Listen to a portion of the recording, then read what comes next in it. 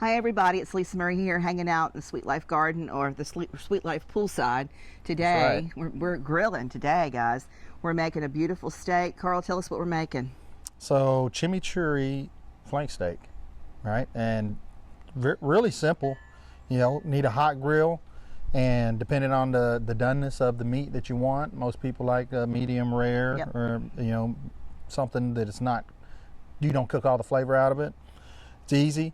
Watch it, sear it, and you want it hot because you want to sear it and kind of hold in all those juices. Yeah, and we made a chimichurri sauce with parsley. We've done this as a part of a series where we've got the old nursery rhyme of little boys are made of snakes and snails and puppy dog tails. And so I took that, being the writer that I am, the creative, and so I was like, Carl, we need to do steaks and snails and puppy dog tails, but make the puppy dog tails fingerling potatoes. So we're putting together all the different episodes, and we'll have everybody linked below. But I want you to go ahead and get started and get this stuff on the grill. And all right, so you just need fire. That's all you need. You just need fire. We'll take this. We're going to put those on. Beware too, because when you put the chimichurri on, there's oil in that, right? And so obviously oil and fire, it's going to flame up on you. Be careful whatever pit that you're using. You need to kind of understand what the reaction is going to be, right? Like this one in particular, I've never used before, but I do know with my experience with pits, because I have plenty of them, that I should expect maybe a kickback with the flame. Might not. We'll see. But if it does or if it doesn't, you can always stamp that out. Really, what does fire need? It needs oxygen, right?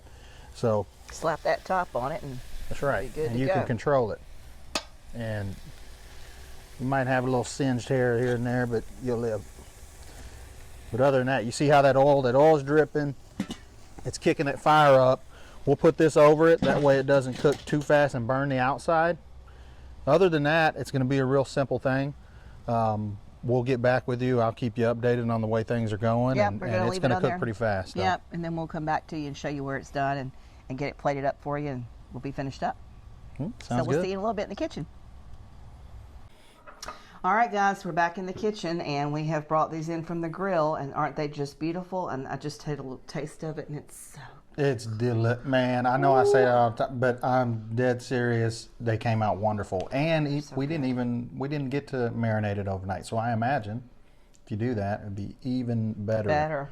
Yeah, it's really good. One thing I wanted to just show, as when you cut this particular cut of meat, you can kind of see the way the fibers in the meat, how it runs. So a lot of times what I do is, depending on how you want to cut it, but if you want strips, almost like fajitas or something, if you want strips, right, you want that. Now you see the fibers are going that way, right?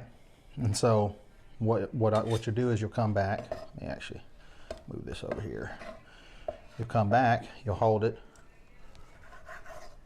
and now you can see you're going across grain.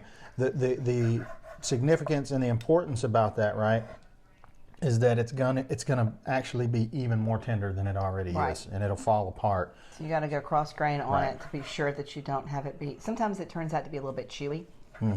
Now, not this, but this is gonna fall apart. Really good, well done.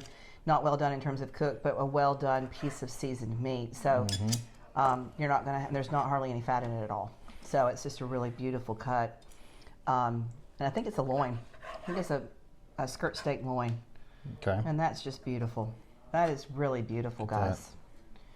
It doesn't take a lot, and that's why I said the importance to you really want to have that grill real hot. You still have to watch it because of the oils in this. It's going to kick up the flame. But if you have it really hot, if it's not hot enough, then you're going to cook it too much, right? And you cook the meat too much, because even after you pull it off, it continues to cook some. So if you have it very hot, you can kind of sear it pretty good, and with the right timing, when you touch it, when you can press on it, a little bit squishy. Okay, we're good. Yeah. All right. Now where's our chimichurri? It's over there. Man, this looks really good.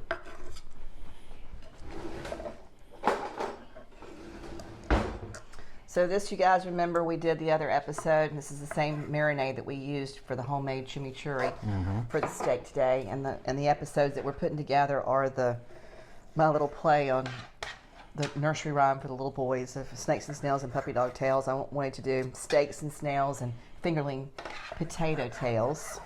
And so we're going to do that in just a little bit. And grab that up and lay that on the plate. The plating plate.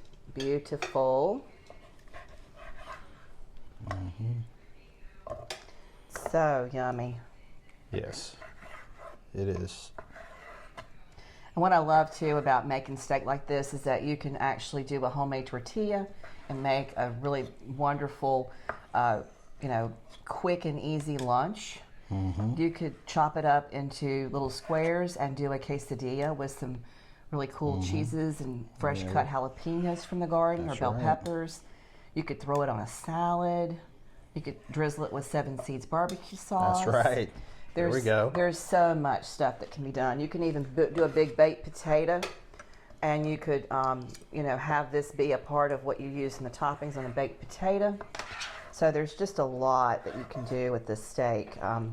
It's a lot more versatile, really, in terms of a multiple meal. And for families who are trying to cook one time or maybe do a grill day, grill up a bunch of stuff. Sometimes we'll do like a salmon and we'll do the steak and we'll do some burgers and do them halfway and then finish them off on the day that we're going to actually eat them. It really makes it for easy trying to work at home and homeschool for those families that are doing that still, and for those that are just trying to take something that they've made from home to work, for those that are going to work, like into actually work. All right, I'm going to take this and I'm going to give you that responsibility and get this out of the way.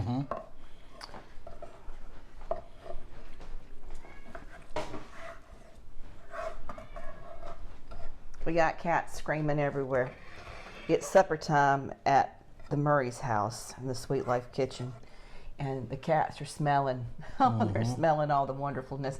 Sasha and Angie were just swarming all around me and Carl out there with the grill. They were. I want you to look at that gorgeous, gorgeous, gorgeous. Hand me that little paper towel so I can wipe the plate for just a second. Let me get that wiped down. We always photograph everything after we've made it, so we've got what we need for Instagram and Pinterest and whatnot. And so I want to clean the plate. Of course, if you're making this at home, you certainly don't have to go to the trouble of doing all that, but I do like it to be pretty for photos. And I'm going to take this, because this is a full plate anyway. I'm going to go ahead and take this, and I'm going to drizzle, if I can get it to drizzle through. There we go. I'm going to drizzle this chimichurri sauce on that meat. And just look at how beautiful that is.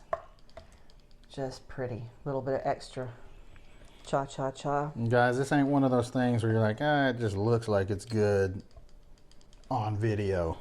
I'm actually going to just take that off. It's very good. And drizzle it normal, because I just am too impatient to wait for that little tiny thing to work. That works so much better. All right, guys, check this out. Isn't that absolutely a stunning dish? It's so pretty. We did good. We did. We did really good. That's really, really pretty. Looks delicious. It's delicious. Yummy goodness. Listen, guys, if you've found any value in this, you learned anything about making that chimichurri homemade and then taking it out to the grill, and how Carl worked it into the meat and then put it on the grill and really did a beautiful job of cooking it. It's just perfect. Do us a favor and like and share. Don't forget to ring the bell right there so that you're notified each week when we drop another episode. And we look forward to seeing you guys next week on the channel. Take care. See you soon.